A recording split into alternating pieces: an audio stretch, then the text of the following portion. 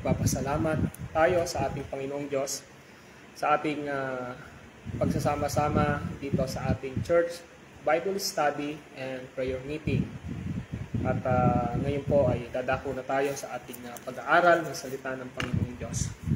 Nais ko po na aralin natin kung lulubin ng Diyos mula po sa Wednesday na ito at sa mga susunod na Wednesday. Ang series po ay manggagaling sa libro po ni Nehemias. Kaya buksan po ninyo ang inyong Biblia sa libro ng Nehemias. Sa libro po ni Nehemias sa Lumang Tipan.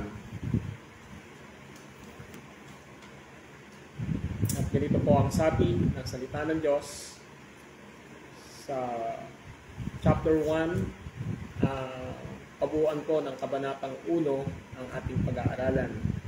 Nehemias chapter 1. Ganito ang mga salaysay ni Nehemias na anak ni Hakalyas. Noon ay buwan ng Kislev at ika-20 taon ng paghahari ni Artaherjes.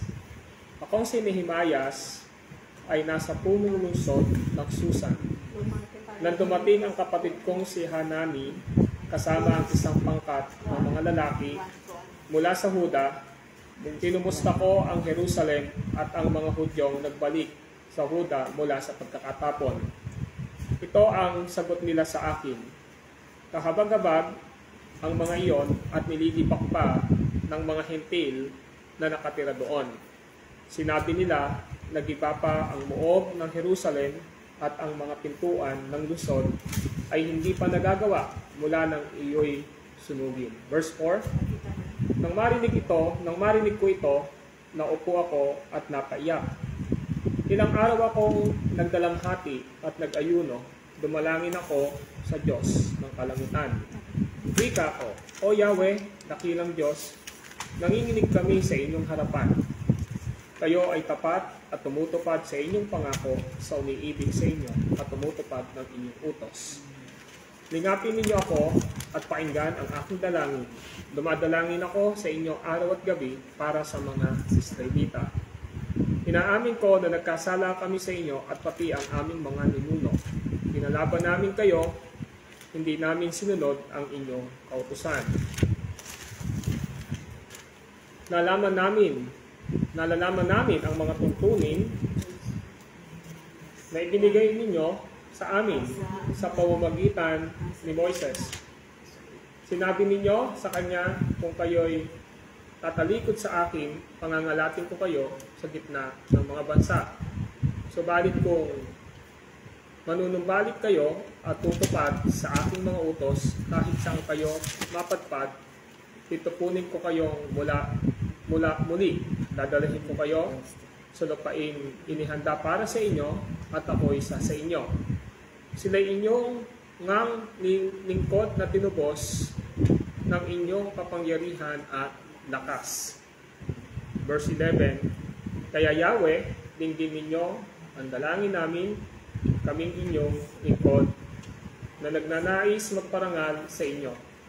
Pagtutumpayin po ninyo ang aking lakad ngayon at loobin po ninyo kahabagan ng hari.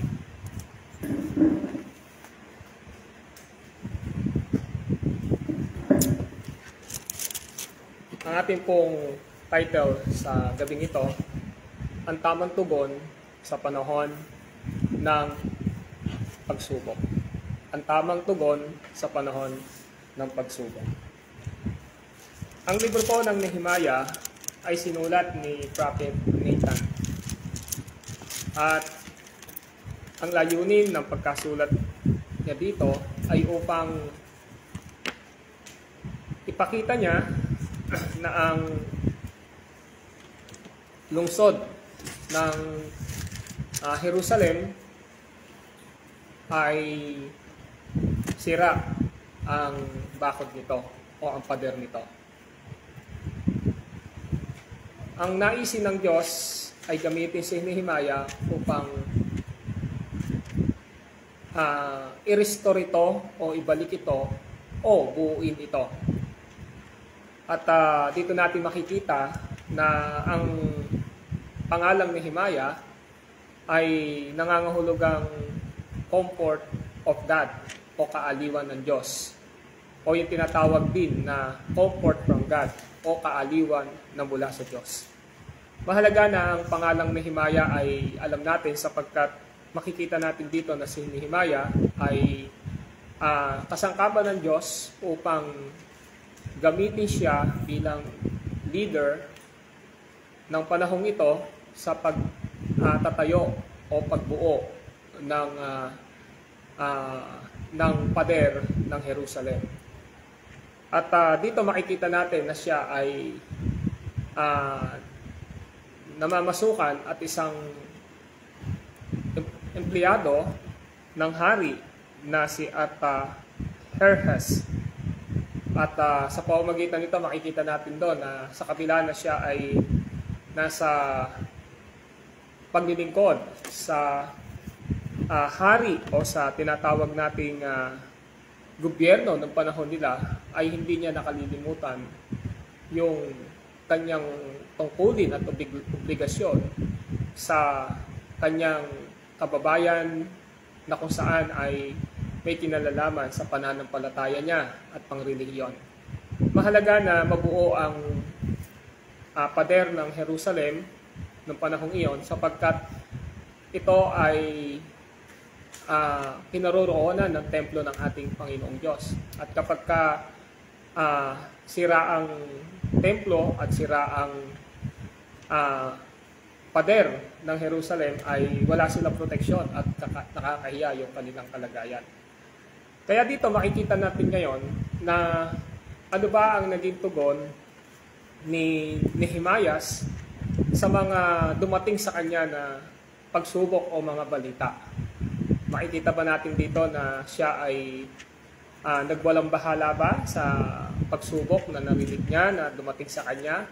O siya ba ay masasabi natin na negative ba o pangit ba ang kanyang tugon sa mga dumating na pagsubok at problema sa kanya? Ito ang pinapakita ng Kabanatang 1 na si Nehemia ay tumugon sa panahon ng pagsubok, sa panahon ng problema, sa pamamagitan ng pagtitiwala niya sa Diyos. At ito ay in-express niya, ipinahayag niya sa pamamagitan ng kanyang pananalangin. At makikita natin doon sa versikulo 1, ano ang kanyang posisyon? Ano ba ang posisyon ni Nehemia? Ang sabi ng verse 1, ganito ang mga salaysay ni Nehemias na anak ni Hakalias. Noon ay buwan ng Kislev at ika-20 taon ng paghahari ni Artaxerxes. Akong si Nehemia ay nasa punong lungsod ng Susan. So, ano bang posisyon niya? Meron siyang trabaho. Napansin nyo? Meron siyang trabaho. At ang trabaho ni Nehemia, cupbearer po siya. Ano ibig sabihin po? Siya ho ang nakatalaga sa mga inumin ng hari na si Artaxerxes. Siya po ay nakadistino doon. Yun yung kanyang trabaho, cupbearer po siya. So kung mapapansin natin, ang pagiging cupbearer noong panahong iyon ay hindi po basta-basta kasi ibig sabihin po, bago mamatay yung hari dahil sa mga iniinom niya, ang una pong mamamatay yung cupbearer po. Bakit? Kasi bago po niya yon ibigay sa hari, sisiguraduhin niya na wala yung lason. Sisiguraduhin niya na malinis yun. Mabigat yung kanyang responsibility kasi kapag nagkasakit yung hari dahil doon sa inuming naroon, maaari po siyang mamatay. Kaya yung posisyon ni Nehemia ito ay mayroong tinatawag na pagiging faithful, pagiging tapat niya saan? Pagiging tapat niya sa King Artaxerxes. Kailangan tapat siya. So dito, makikita natin na hindi siya pwedeng maging cupbearer ng haring ito kung hindi siya faithful, sinubok siyang mabuti. Kaya dito makikita natin na ang posisyon ni Nehemia ay nasa government siya, nasa king siya, nasa hari siya. At ang haring ito ay kung saan ay ma-impluensya. Just imagine, 20 taon nang naghahari si Herses, nakita natin doon. Nung panahong iyon, makikita natin na meron siya tinatawag na closeness o pagiging malapit sa hari. Yan yung posisyon ni Nehemiah. Pero mapapansin natin, despite na siya ay nagtatrabaho, sa kabila na siya ay abala sa kanyang paghahanap buhay o pag-work, makikita natin dito yung kanyang pangalawang naging puso sa kanyang paglilingkod at pagtitiwala at pananampalataya sa Diyos na kanyang pinaglilingkuran. Bakit po? Kasi makikita ho natin sa ikalawang versikulo ng 2, dumating sa kanya, sabi roon sa verse 2, nang dumating ang kapatid kong si Hanani, kasama ang isang pangkat ng mga lalaki mula sa Huda. Napansin nyo? So, pinuntahan siya ng kanyang kapatid na si Hanani, at si Hanani ay may kasama mga pangkat na mga lalaki, at ito ay mula sa Huda. Yung Huda po, ito ho ay isang bahagi ng 12 tribo ng Israel, at dito sa Hudang ito ay nakapaloob ang Jerusalem. Ngayon, tingnan nyo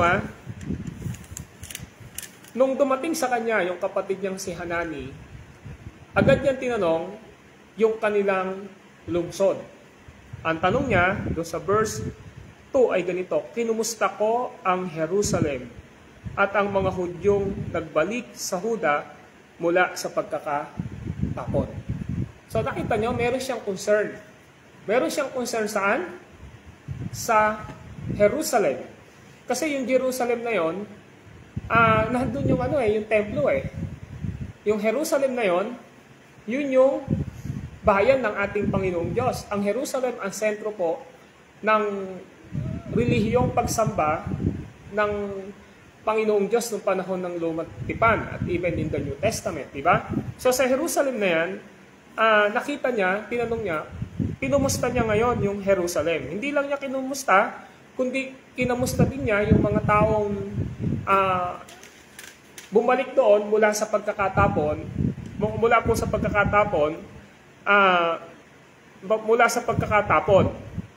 sabi ng verse 2, kinumusta ko ang Jerusalem at ang mga Hudyong nagbalik sa Huda mula sa pagkakatapon.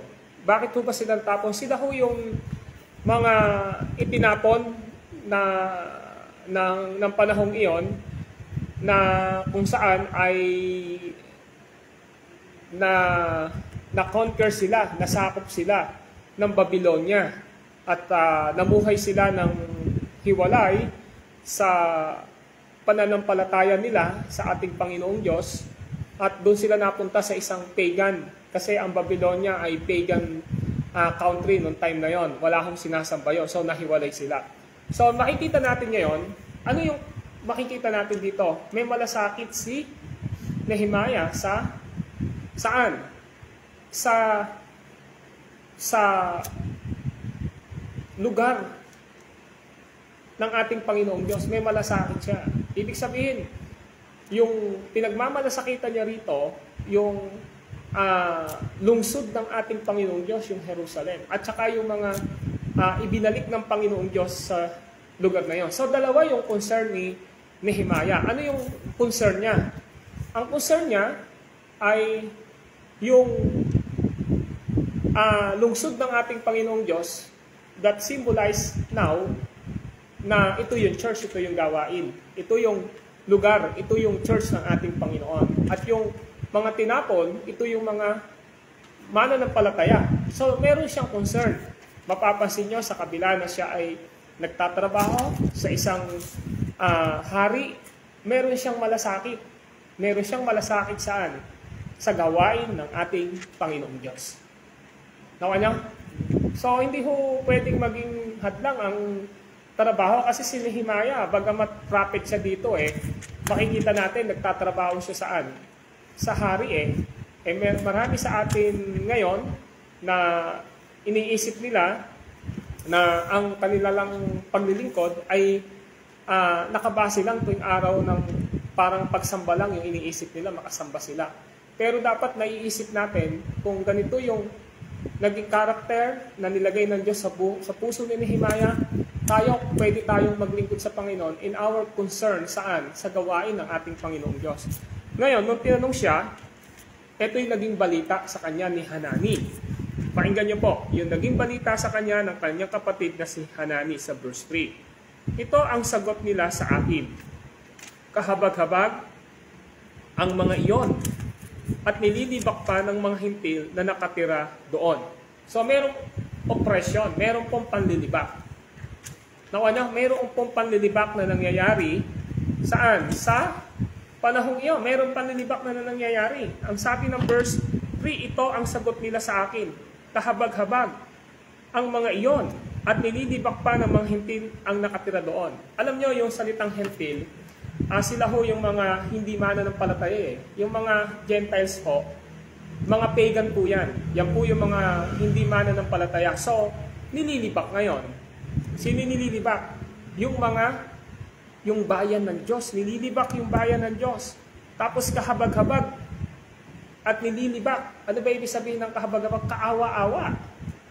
Ibig sabihin, pagka naaawa tayo, awang-awa ka sa isang tao, ano yung napapansin nyo pag awang-awa ka sa isang tao?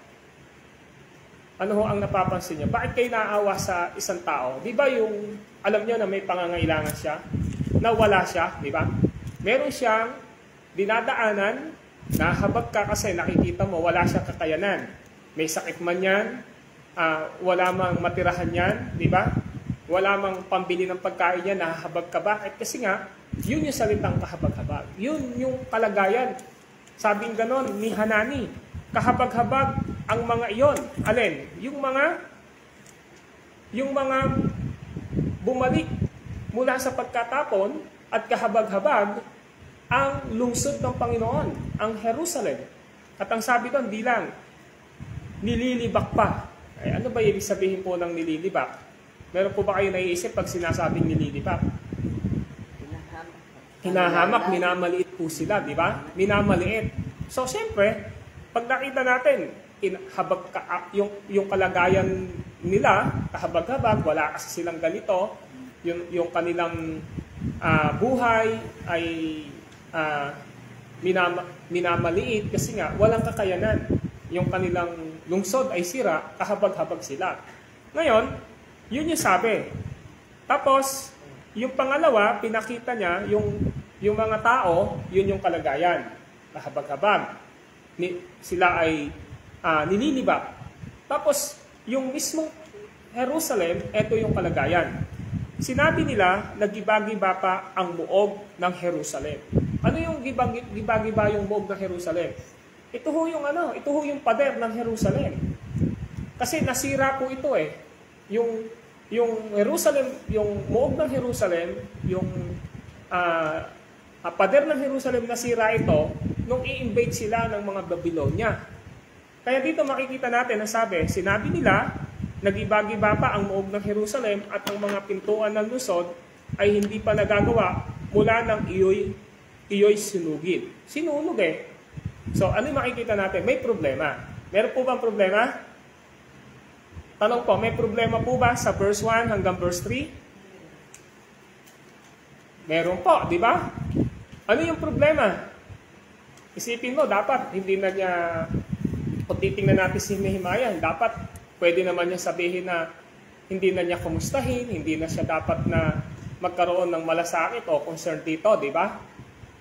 Dinalaw lang siya ni Hanani ng kanyang kapatid, tapos tinanong niya, may problema, kumusta yung Jerusalem, kumusta yung mga tinapon na nagbalik mula sa Huda, nagtanong siya, tapos sinabi lahat yung problema. Problema ng tao doon sa Jerusalem at yung problema mismo ng Jerusalem. Ibig sabihin may problema. Sana si Nehemiah, pwede niya namang hindi napansinin ito eh, di ba? At ignore na lang niya ito, di ba? Kahit marinig niya ito, pwede niyang sabihin, ganun ba? Di wala naman akong pakialam dyan eh. Di ba pwede niya sabihin yun eh? Pero hindi ganun yung naging response niya eh. Sa atin minsan, pag may problema sa ministry natin, ano ginagawa ng ilan sa atin? Di ba? Merong mga ilan eh. nagpapatay mali siya, di ba? Alam natin kung ano yung dapat na maging concern natin sa gawain natin, sa ministry natin. May mga dapat tayong ipanalangin, meron tayong dapat na natugunan, pero marami ilan sa atin na parang wala tayong malasakit, parang hindi tayo nagkakaroon ng concern o malasakit sa gawain ng Panginoong Diyos. Pero si Nehemiah hindi po. Di ba?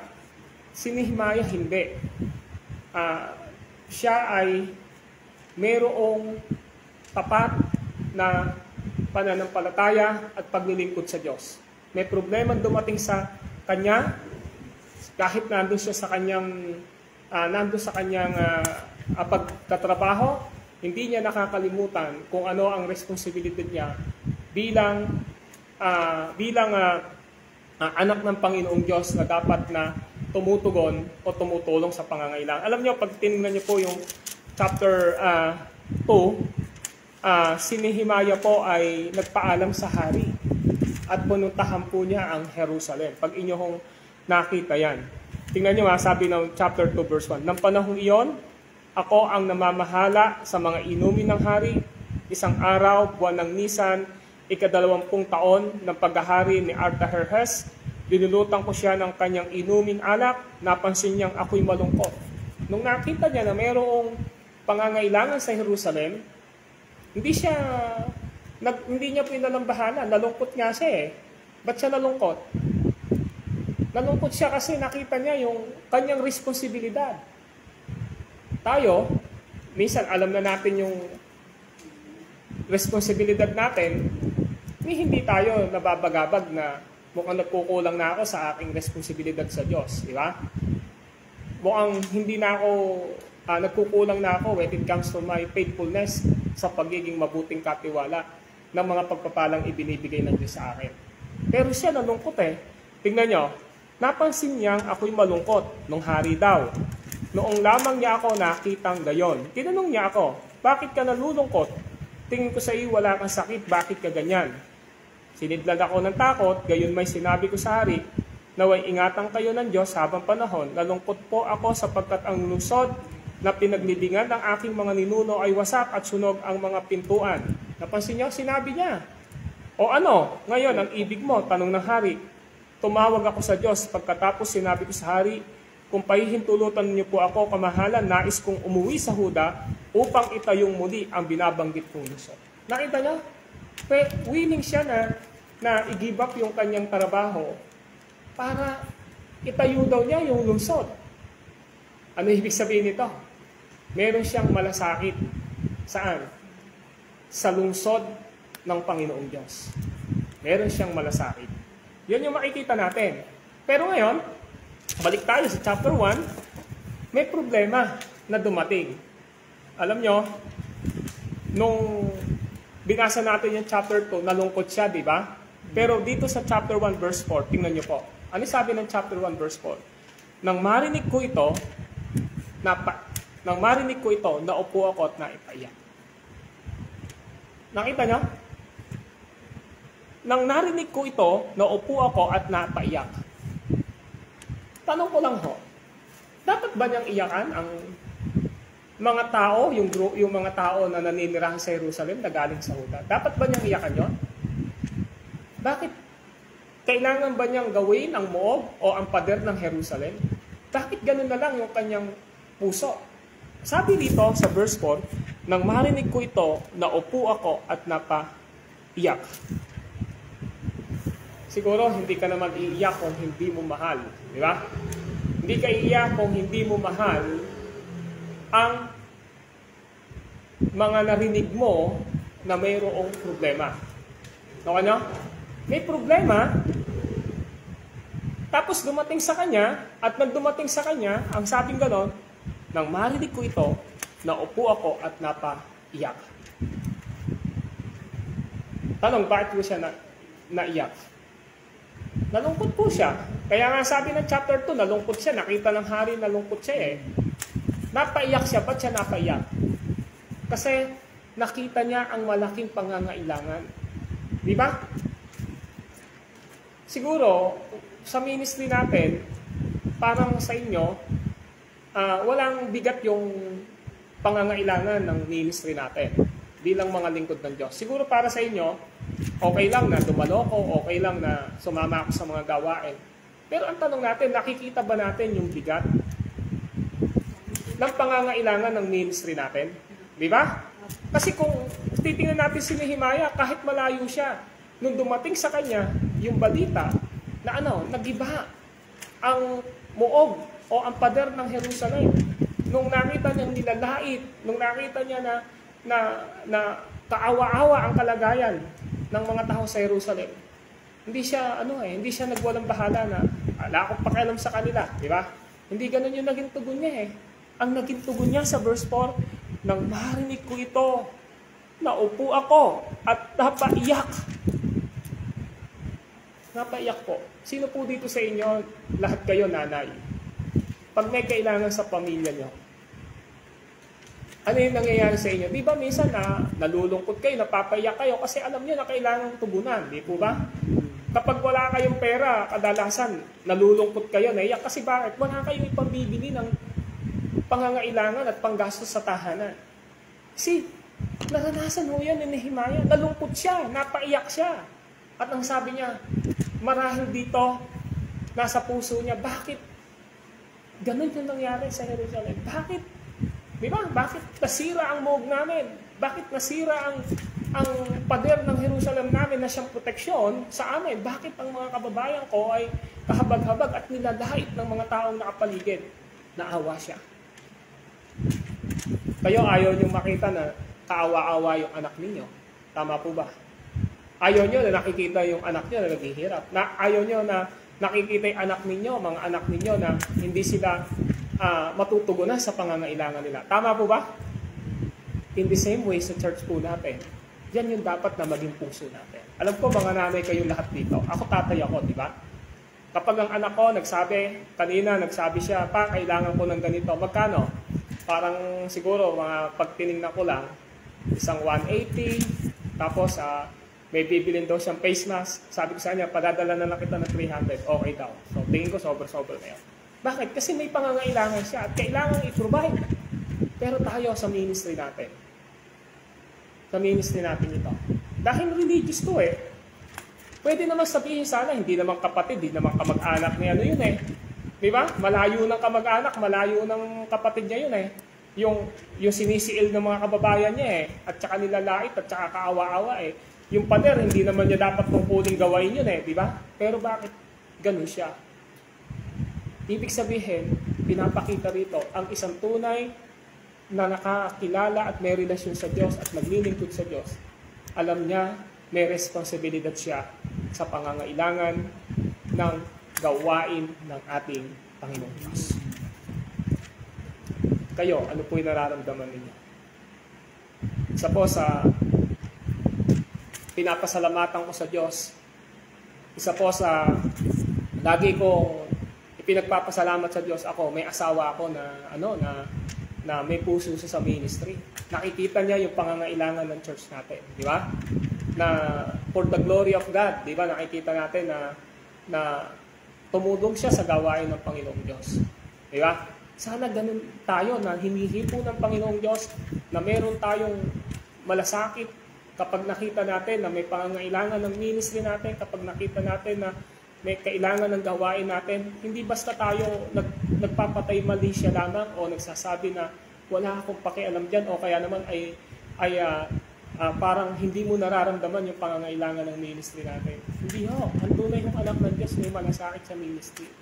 Kung kinikilala natin na ang ministry nito, ang church na ito ay spiritual family natin, alam natin kung paano tayo susuporta dito. Kung kayo, mga magulang tayo lahat dito, ang pamilya natin, gusto natin matugunan sa lahat ng pangangailangan. Tama po ba? At ayaw natin na nakikitang kaawa-awa sila at ayaw natin nakikitang inaapi sila dahil sa kalagayan nila. Dapat ang church natin pinagmamalasakitan po natin. Amen po ba? Yun yung gustong ipakita rito. So may problema dumating. Ang sabi ng verse 4, nang narinig ko ito, narinig ni Nehemiah, ang sabi niya, naupo ako at napaiyak. Ilang araw akong nagdadalamhati at nag-aayuno. Ay na. Sabi niya, Ilang araw akong nagdadalamhati at nag-aayuno. Dumalangin ako sa Diyos ng kalangitan. Ano yung naging tugon niya? Hindi po siya nanatiling umiiyak. Hindi po siya nanatiling nagdadalamhati. Meron siyang ginawa. At ang ginawa ni Nehemiah ay nanalangin, lumapit, nag-ayuno sa ating Panginoong Diyos. Iniyak niya sa Diyos yung alin? Yung kalagayan ng Jerusalem. Iniyak niya. Nakita niyo? Iniyak niya yung kalagayan ng mga tao na inaapi, na kahabag-habag, yung mga tao na pinagwiwikaan ng hindi maganda, yung lugar ng Jerusalem na kung saan ay makikita natin na ang sentro ng templo ng ating Panginoon Diyos ay giba. Iniyak niya po sa Panginoong Diyos.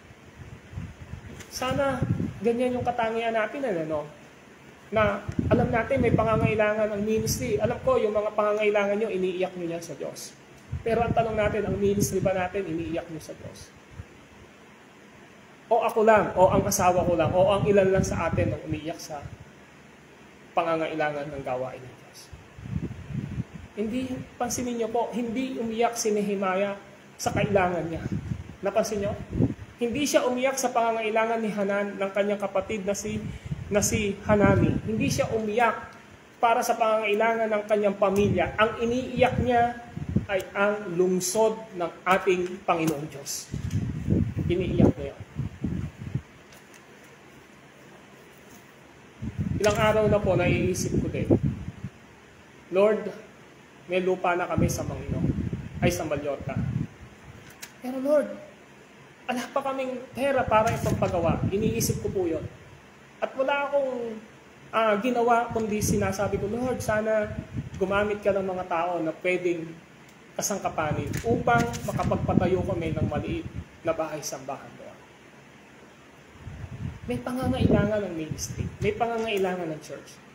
Pero kailangan tayong lumuhod. Kailangan tayong umiyak. Alam ko, yung pangangailangan ng pamilya nyo, minuminuto, oras marahil, pinagpipray nyo yan. Pinagpipray nyo yung pangangailangan ninyo. Yun. Pero ang tanong, ang ministry ba natin? Ang church ba natin? Kailan mo niluhod sa Panginoon? Kailan ka umiyak sa Panginoon? At sinabi mo, Lord, may kailangan ng ministry namin na ganito. May kailangan kaming gawain sa ganito. Meron kaming kailangan suportahan na ganito para sa inyong kalwalatian, para sa inyong church. Kailan tayo umupo, umiyak, nag-ayuno para sa gawain ng Diyos. Kaya hindi po ako magtatakay Marami po sa attender sa atin dito o member, hindi ho giver sa gawain ng Diyos. Hindi ho giver sa gawain ng Diyos. I tell you the truth. Marami dito hindi giver sa gawain ng Diyos. Hindi po ako sa naglalabas kundi nandito tayo sa konteksto ng ating pag-aaral. Kaya kapag hindi ka prayerful sa gawain ng Panginoong Diyos, sa pangangailangan ng gawain ng Diyos, kahit may perang dumating sa iyo, may pagpapalang dumating sa inyo, sa mga kapatiran natin, hindi mo maiisip na tulungan ng gawain ng Diyos. Bakit? Kasi hindi mo pinag-pray. Pero subukan mong ipag-pray yung pangangailangan ng church natin. Kapag may dumating na pagpapala sa iyo, ang Diyos papaalalahanan ka, anak, bahaginan mo ang para sa gawain ko. Mapapansin natin, marami sa ating mga kapatiran hindi mahirap. Marami sa atin hindi naghihirap. Nakakabili pa nga ng mga ganito Tama po ba? Nakakabili pa pag ganito pa nga May mga bagay nga na nagsusuklayan sa buhay nila Pero sa gawain ng Diyos, nagiging madamot. Sana hindi ganun yung ministry natin dito Maging giver tayo sa ministry natin Ganyan yung puso ni Nehemiah. Kung nilagay ng Diyos sa puso ni Nehemiah, iniyak niya, umupo siya, nagdalamhati siya, nagfasting siya. Para saan? Sa gawain ng Panginoon. Umiyak siya. So ano yung naging tugon niya? Panalangin. Tama po ba? Prayer po ang naging tugon niya. At ang sabi niya, sa verse 4, dumalangin ako sa Diyos ng kalangitan. Wika ko. Ano yung naging prayer niya? Tingnan niyo yung prayer niya. O Yahweh, dakilang Diyos, naninginig kami sa inyong harapan. Kayo ay tapat at tumutupad sa inyong pangako, sa umiibig sa inyo, at tumutupad ng inyong utos. Lingapin ninyo ako at pakinggan ang aking dalangin. Napansin nyo? Sabi niya, Sa verse 6, "Lingapin ninyo ako, Panginoong Diyos, at pakinggan ninyo, Panginoong Diyos, ang aking dalangin. Dumadalangin ako sa inyo sa araw at gabi para sa mga Israelita. Inaamin ko na nagkasala kami sa inyo at pati ang aming mga ninuno. Kinalaban namin kayo, hindi namin sinunod ang inyong kautusan. Nilabag namin ang mga tuntuning ibinigay ninyo sa amin sa pamamagitan ni Moises. Sinabi niyo sa kanya, kung kayo'y tatalikod sa akin, pangangalatin ko kayo sa gitna ng mga bansa. Subalit kung manunumbalik kayo at tutupad sa aking mga utos, kahit saan kayo mapadpad, titipunin ko kayong muli. Dadalahin ko kayo sa lupaing inihanda para sa inyo, at ako'y sa inyo. Sila'y inyong mga lingkod na tinubos ng inyong kapangyarihan at lakas. O Yahweh, dinggin ninyo ang dalangin namin, kaming inyong lingkod na nagnanais magparangal sa inyo. Pagtagumpayin po ninyo ang aking lakad ngayon at lubuin po ninyong kahabagan ako ng hari." Tingnan nyo, may problema dumating para saan? Sa kanilang relihiyon at pananampalataya? May dumating. Ang naging response niya, nalungkot siya, umiyak siya, nakita niya yung pangangailangan, nag-fasting siya, nag-prayer siya at araw-gabi. Pero alam niyo, hindi lang po siya basta nag-pray, may ginawa siya. Hindi lang siya basta nag-pray na sinabi niya, "Panginoon, kahabagan niyo, tugunin niyo ang pangangailangan ng Jerusalem." Hindi lang niya basta sinabi yon na nawa, tugunin niyo yung pangangailangan namin para makapagpatayo kami ng muog ng Jerusalem, mapagawa na namin yung pader, yung mga tao mabigyan na pa. Hindi ho lang yung ginawa niya. Meron po siyang sinama sa prayer. Ano sabi niya sa prayer? Doon sa verse 11, "O Yahweh, dinggin ninyo ang dalangin namin, kaming inyong lingkod na nagnanais magparangal sa inyo." Tingnan niyo, gusto kitang maparangalan, Diyos. Alam niyo, hindi siya nag-pray para sabihin, pag nagawa ko to, ako yung sikat. Sisikat ako. Hindi niya inisip yun eh. Napansin niyo, mahalaga po yung saligang magpaparangal sa iyo dito sa gagawin kong ito. Nasa isipan agad ni Nehemiah na mapaparangalan ang Diyos sa kanyang gagawin. Nakita niyo? Hindi po niya inisip na pagka ako, pinagawa ko yung templong ito, ay pinagawa ko yung pader na ito, sisikat ako. Di ba? Kapag tinulungan ko yung mga kapatiran ko doon sa Jerusalem na yon, sa templong yon, sisikat ako. Hindi ho eh. Hindi niya sinabing gano'n na para pagka ako yung gawin nilang tagapanguna, ako yung gawin nilang leader, yung bang nagte-take advantage, wala ho sa kanya yun eh. Hindi ho mali. Wala siyang maling motibo rito. Tama yung motibo niya. Ang tama ang motibo kasi sabi niya, "Kaming inyong lingkod na nagnanais magparangal sa inyo." Tingnan nyo una ginagawa niya ito, hindi para sa tao.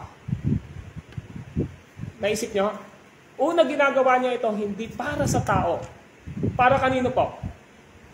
Para sa Diyos. Kasi pag sa tao ka tumingin, mapapagod kang maglingkod. Tama? Kapag sa tao ka tumingin, manghihinayang ka sa ibibigay mo. Nakuha niya?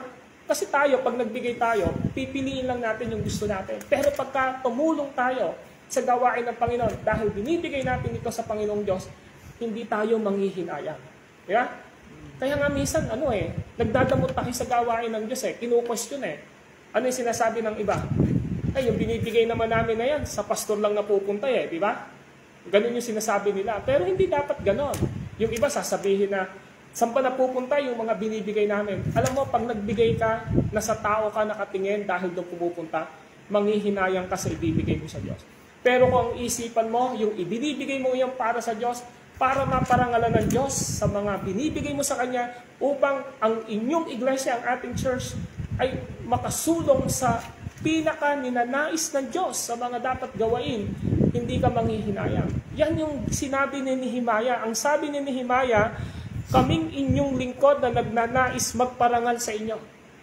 So what is the highest goal and purpose and motivation of Nehemiah? To glorify God, to give honor God sa kanyang buhay. Yun yung sinasabi eh. Hindi niya inisip dito na kapag ka naitayo ko ang muog ng Jerusalem, kapag natulungan ko yung mga kaawa-awang mga Hudyo na bumalik doon sa hudang iyon, magiging sikat ako. Hindi yun yung nasa isipan niya. Minsan maraming nasa loob ng simbahan, ang ginagawa, kaya nagbibigay, nagte-take advantage. Diba? Ano yung take advantage? Kasi meron siyang sa likod ng kanyang mga pagtulong, sa likod ng kanyang mga pagbigay, meron siyang motibo na gustong makuha doon sa loob ng simbahan. Hindi ho ganun yung tamang paglilingkod sa Diyos. Hindi ho ganun ang tamang pagtulong at pagbibigay sa Diyos sa gawain ng Panginoon. Ang totoo na pagbibigay at anumang gagawin natin sa Panginoong Diyos katulad ng nilagay ng puso, nilagay sa puso ng Diyos ni Nehemiah, Lord, pagpalain niyo ang inyong mga lingkod sa lakad namin ito at nais ka namin maparangalan. Yun yung gusto natin eh. Kaya pagka ang isang tao, makikita mo sa kanya, kahit kailan hindi manunumbat yan sa church. Na ako nagbigay niyan.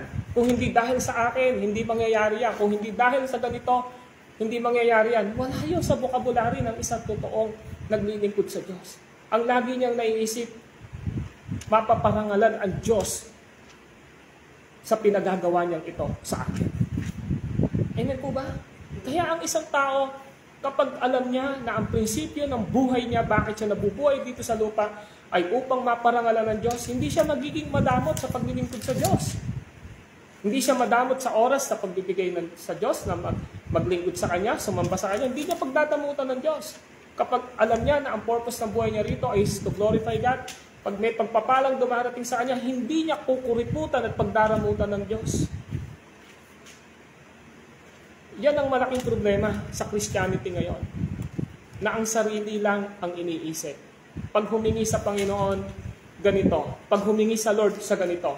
Pero yung Diyos, hindi niya maluwalhati sa mga bagay na dumarating sa kanyang buhay. So sabi ni Nehemiah ay ito, O Yahweh, dinggin ninyo ang dalangin namin, kaming inyong lingkod na nagnanais magparangal sa inyo. Magparangal sa Diyos. Ay, ako po minsan, nangingini ko na, minsan nga, nahihiya na lang ako pag may mga taong nagpapasalamat. Kung maaari lang, ayokong marinig yung mga ganun. Pero of course, bilang balik, sasabihin ko, glory to God, thank you, pero sa Diyos ang papuri. Dapat ganun tayo eh, di ba? Hindi natin pinagmamalaki yung ginagawa natin sa Diyos. Alam nyo, kahit kailan, wag po natin ipagmamalaki yung ginagawa natin sa Diyos. Di ba? Kailangan matuto tayo na ginagawa natin yon para sa Diyos. Kaya nga ang mission po natin is to glorify God.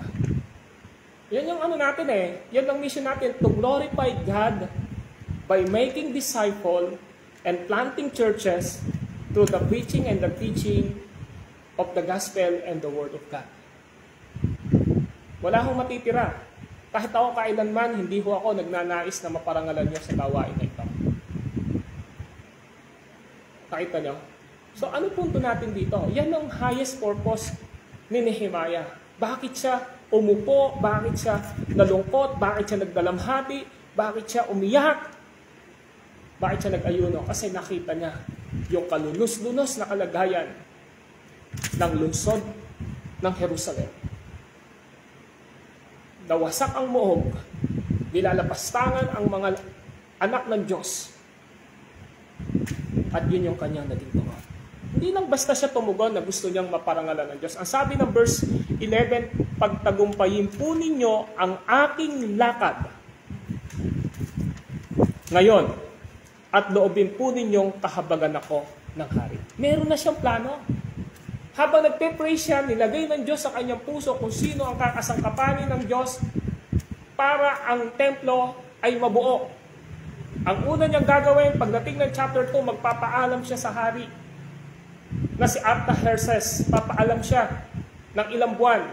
Hihingi siya ng mga sulat upang makahingi siya ng mga malalaking turoso. Makahingi siya ng mga materials para magawa niya ang muog. At pagdating ng chapter 2, verse 11, hinimok niya ang lahat ng mga mamamayan sa Jerusalem at ginawa niyang pangkat-pangkat ang mga trabaho. At pagdating ng chapter 3, makikita natin, unting-unting nagawa ang Jerusalem, ang muog ng Jerusalem. Meron siyang ginawa. And one of the thing na ginawa ni Nehemiah, na wala sa isip niya yun. Siguro hindi niya inisip yun na magiging parang gagawin siyang leader ng Lord to rebuild the wall To rebuild the wall of Jerusalem. Hindi niya inisip yun na magiging hari siya, ay magiging leader siya rito. Pero lumalabas ngayon na siya ang may puso sa mga bagay na pinagagawa ng Diyos, and God, nilagay siya ng Diyos bilang tagapanguna to rebuild the wall of Jerusalem. And after that, makikita natin kung paano siya ginamit ng ating Panginoong Diyos. Alam niyo, ganito po yun kapag ang puso natin ay tama sa Diyos, sa maliit na bagay na pinagagawa niya, at naging mabuting katiwala tayo, ang Diyos, ipupromote niya, itataas niya tayo sa mga bagay na gusto niya ipagawa sa atin. Amen po ba? So, ang nangyari nga sa verse 11, sabi niya sa prayer niya, pagtagumpayin po ninyo ang aking lakad, which is ang lakad ni Nehemiah, at loobin po ninyong kahabagan ako ng hari. Yun yung prayer niya And ginrant yun ng Panginoong Diyos pagdating ng chapter 2. Tingnan nyo, sabi ng chapter 2, sa verse 1 ng ikalawang bahagi, napansin niyang ako'y malungkot. Basahin na natin ng verse 1 ng chapter 2. Ng panahong iyon, ako ang namamahala sa mga inumin ng hari. Isang araw, buwan ng Nisan, 20 taon ng paghahari ni Artaxerxes, dinulutan ko siya ng kanyang inuming alak. Napansin niyang ako'y malungkot. Noon lamang niya akong nakitang gayon. Tinanong niya ako, bakit ka nalulungkot? Tingin ko sa iyo, wala kang sakit. Bakit ka ganyan? Sinidlan ako ng takot. Gayon may sinabi ko sa hari, naway ingatan kayo ng Diyos habang panahon. Nalulungkot po ako sapagkat ang lungsod na pinagnibingan ng aking mga ninuno ay wasak at sunog ang mga pintuan. O, ano ngayon ang ibig mo? Tanong ng hari. Tumawag ako sa Diyos at pagkatapos, sinabi ko sa hari, kung pahihintulutan po ninyo ako kamahalan, nais kong umuwi sa Huda upang itayo muli ang binabanggit kong lungsod. Sinabi sa akin, ng hari na nooy katabi ng reyna, gaano katagal ka roon? Kailan ka babalik? Nagtaning ako ng panahon at malugod naman ako pinahintulutan. Nakiusap akong bigyan na rin ng mga liham para sa mga gobernador sa ibayo ng ilog upang paraanin ako patungong Huda. Sa aking pakiusap ay gumawa na rin siya ng sulat para kay Asa, ang tagapamahala ng kagubatan, upang bigyan ako ng kahoy na gagamitin sa pintuan ng muog ng templo, ng pader ng lusot at tahanan ng aking titirahan. Napansin nyo? Templo, muog, tahanan. Ang lahat ng ito'y ginawa ng hari dahil sa kabutihan ng Diyos sa akin. The favor of God ay nakay Nehemiah. Nang ako'y umalis, pinasama pa sa akin ang mga pinuno ng hukbo at isang pangkat ng mga ngabayo. Pagdaan ko sa mga gobernador sa kabila ng ilog, Euphrates, inabot ko ang liham ng hari. Napansin niyo? What a favor of God sa buhay ni Nehemiah. Alam niyo, mga kapatid, kapag may puso tayo sa Diyos at paglilingkod sa Diyos, God will sustain His favor for us. Amen po ba? Nasa atin po ang pabor ng Diyos. So mga kapatid, mapapansin natin ngayon dito, when trials come, our right response is to sit, to pray, and asking the wisdom of God upang magawa natin ang pinagagawa ng Diyos. Maaring sa buhay din natin, di ba? Individually, mayroong mga kanya-kanyang pagsubok na dinadaanan, may mga problemang kinakaharap, may mga suliraning kailangang tugunan. Ano ang nagiging response natin? Kailangan nating umupo Kailangan nating kausapin ng Diyos. Kailangan nating hingin ang pabor ng Diyos upang ang lahat ng iyon ay i-direct ng Panginoong Diyos na kanyang solusyonan sa mga bagay na ilalagay niya sa puso't isipan natin na siyang magiging hakbang natin na aangkop sa pagtugon ng Diyos sa lahat ng kasagutan sa dinadaanan natin. Amen po ba?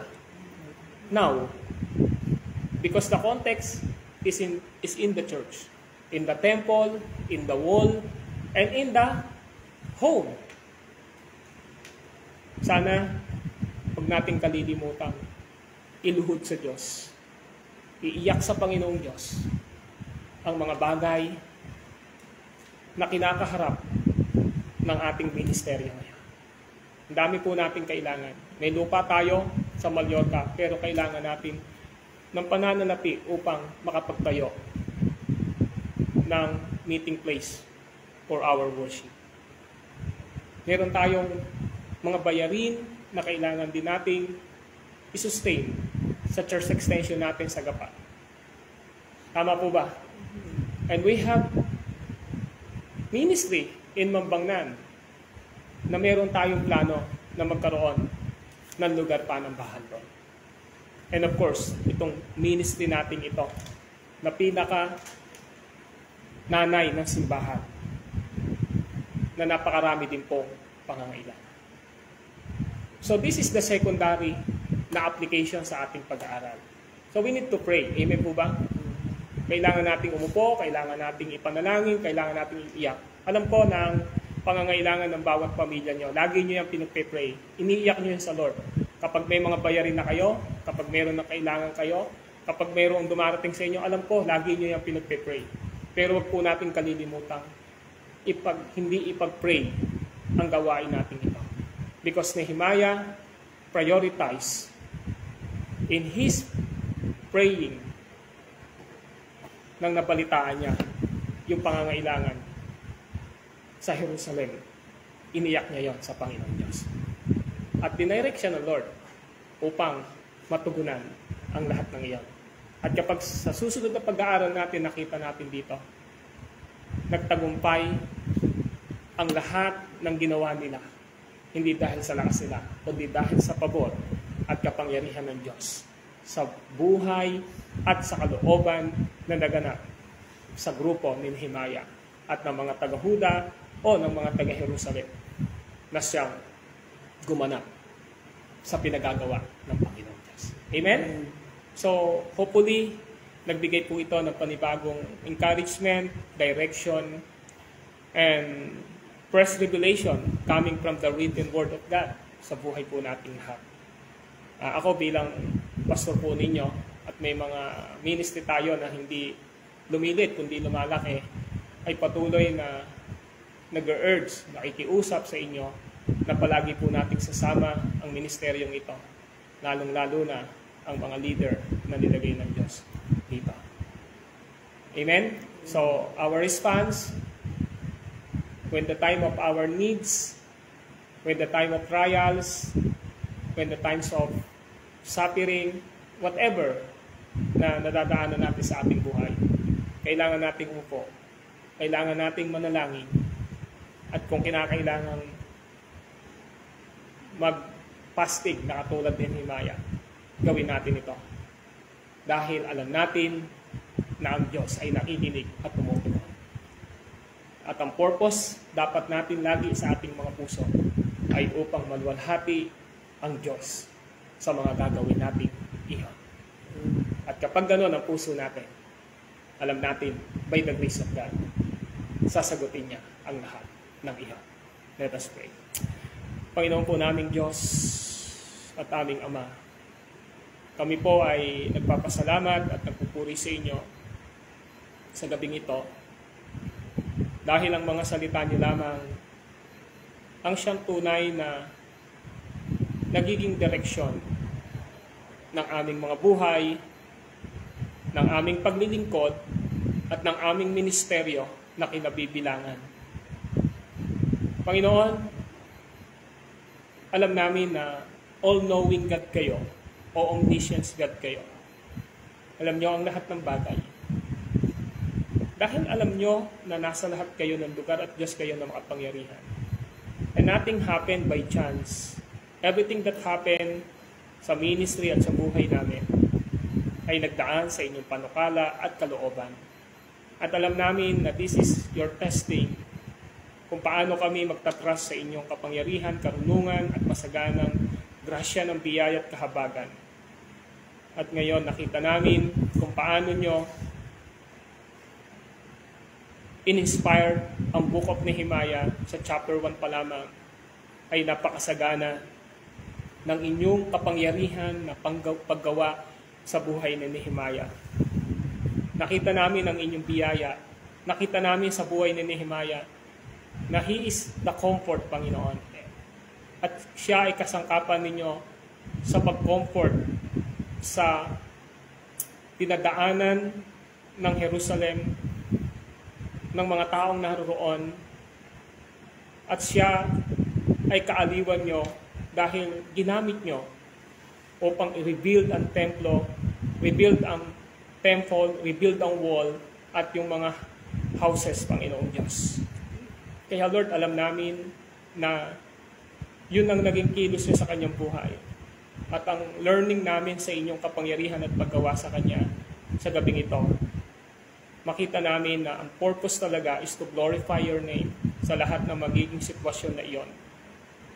Kaya yun din ang aming puso ngayon, na buhay namin ito ay gamitin nyo to glorify your name. At sa patuloy na paggamit nyo sa buhay namin ito ay maging mapanalanginin kami, Panginoong Diyos. We need to ask always your guidance and provision in our ministry, in our family, Panginoong Diyos. At Lord, nagpapasalamat kami sapagkat mayroong Diyos na nagsusustain sa lahat ng pangangailangan namin, sa family, sa ministry, sa individual na buhay namin, dahil kami ay inyong mga anak at mga lingkod. Kay Lord, maraming salamat po, at naway magbigay po ito ng malaking impact and influence sa buhay naming lahat. At sana hindi lang po kaming mga narito ang natuto, kundi sa mga pinagpat ninyo na nakikinig at makikinig pa sa aming pag-aaral na ito. Nawa po sumagana ang pagbubukas ng puso't kalooban nila sa pamamagitan ng mga aral na naipaliwanag dito mula sa inyong salita. Lord, hiling namin ang lahat ng ito sa inyo, Ama, sa pangalan po ni Kristo Jesus. Amen. Amen. Okay, God bless. Tapos na po tayo sa ating pag-aaral ng salita ng ating Panginoong Diyos. Dadako po tayo ngayon sa ating prayer concern, sa mga prayer items po natin. Doon na po tayo dadako.